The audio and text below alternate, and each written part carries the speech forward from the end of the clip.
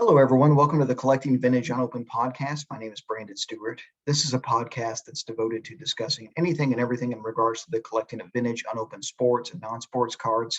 And today I'm going to be discussing the concept of rarity in unopened material. And what do we mean by rarity? And is rarity associated with an increased desirability or a higher market value for unopened material?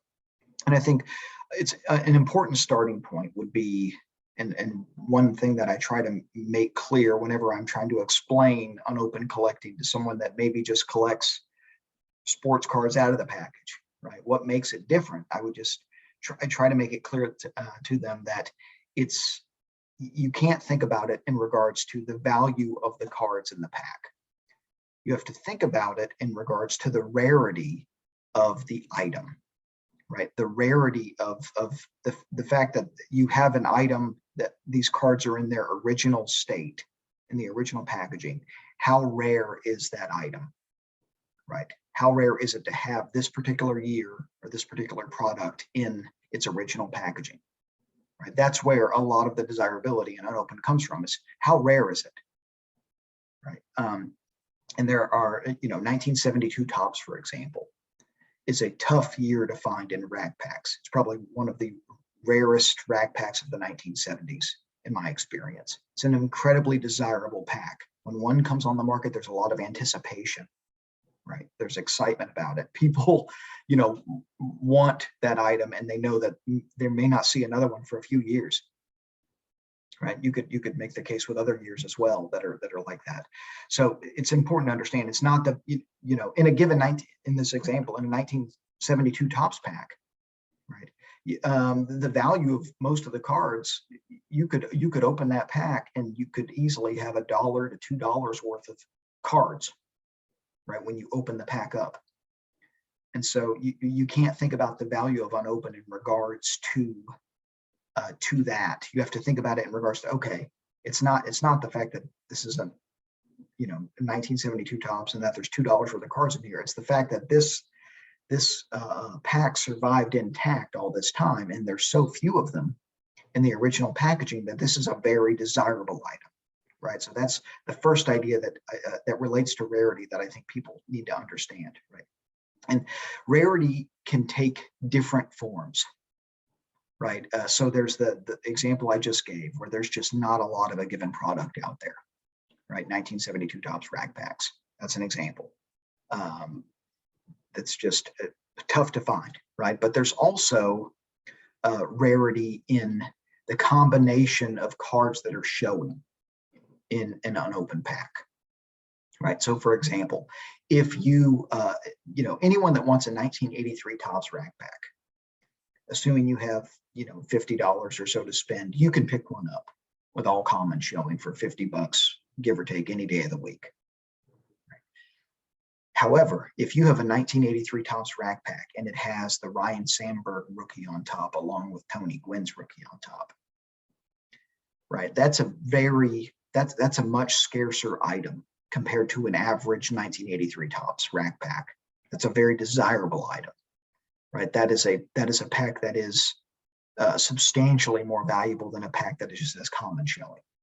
Right, so there's the rarity in combinations of cards that are showing, and then there's also the idea of just rarity. Generally speaking, there just isn't a lot of a given product out there. Right, but there's variation even within that. Right, so for example, if you look at the example of 1979 tops, I think it's a very instructive example. There's a lot of 1979 tops unopened material out there, right? Who knows how many cases of 1979 tops rack packs are in the Larry Fritsch vault, right? Larry Fritsch is a dealer that's been selling unopened items for many, many years. It's a family-run business, and who knows with Fritsch cards how many 79 tops packs they have. Right. And it's not just limited to 79 rack packs. 79 cello packs are readily available. 79 wax packs, are boxes and boxes and boxes of them are out there. Cases and cases of them are out there still. That's not to say that it will be like that forever. Right. We could certainly be in a situation where the supply dries up in the next 5 to 10 years. That could very realistically happen, especially as people continue to open some of this stuff. But despite the accessibility, if you will, of 1979 Topps unopened product, there is a type of 1979 Topps baseball that is very, very difficult to get a hold of. And it's called super cellos. Okay. And super cellos they have more cards in the pack than a regular 79 cello pack. And rather than having the gum actually in the pack in between the cards, there is a package of gum underneath the cards, a little 3-pack of bazooka bubble gum. Smooth and Juicy, I think, is the name of the Smooth and Juicy by Bazooka or something like that.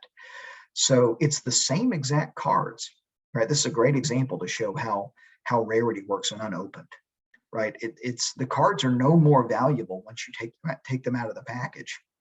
If you were to open up a 1979 Topps Super Cello, you have 1979 Topps cards, right? They're no more or no less valuable than cards taken from a rack pack or a wax pack or whatever.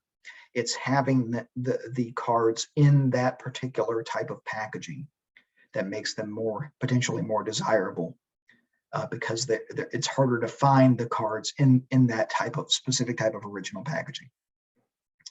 So this is at least how I think about Rarity and unopened. Others may have different thoughts, and some of the unopened collectors that listen to this, feel free to chime in with a comment. I would love to hear how you think about Rarity in unopened. But and it's important to note also, one additional point would be that Rarity doesn't necessarily mean higher or greater value or more desirability, right?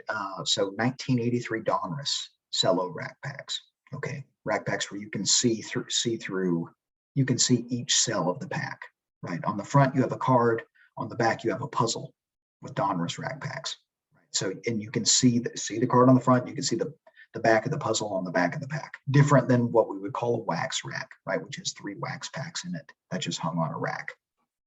So 1983 Donruss cello racks they're scarce. They're one of the rarest rack packs of the 1980s, right? But a common 83 Donruss rack, right? A common 83 Donruss cello rack is probably $45 to $50, I would say, give or take. Maybe a little bit more, maybe a little bit less, depending on the auction, but somewhere around there, right? They're tough to find. They're tough to get a hold of. But unless you have some major stars showing, that rarity doesn't necessarily translate into a higher value. So just there's something to keep in mind there, right? The caveat that rarity doesn't necessarily mean, a crazy market, right? Sometimes it does, right? As I discussed with the example of 1972 Topps, right? Sometimes it does, but not always. So those are my thoughts on Rarity. I'd love to hear your comments if you're watching this on YouTube. Hope you've all been doing well. And it's been a bit of a hiatus for this podcast, but I will be back with another episode, hopefully in the near future. I'd like to do some more interviews and keep the passion project going, so to speak. So with that, I hope you all have a great rest of your week, and take care, everybody. Take care of each other.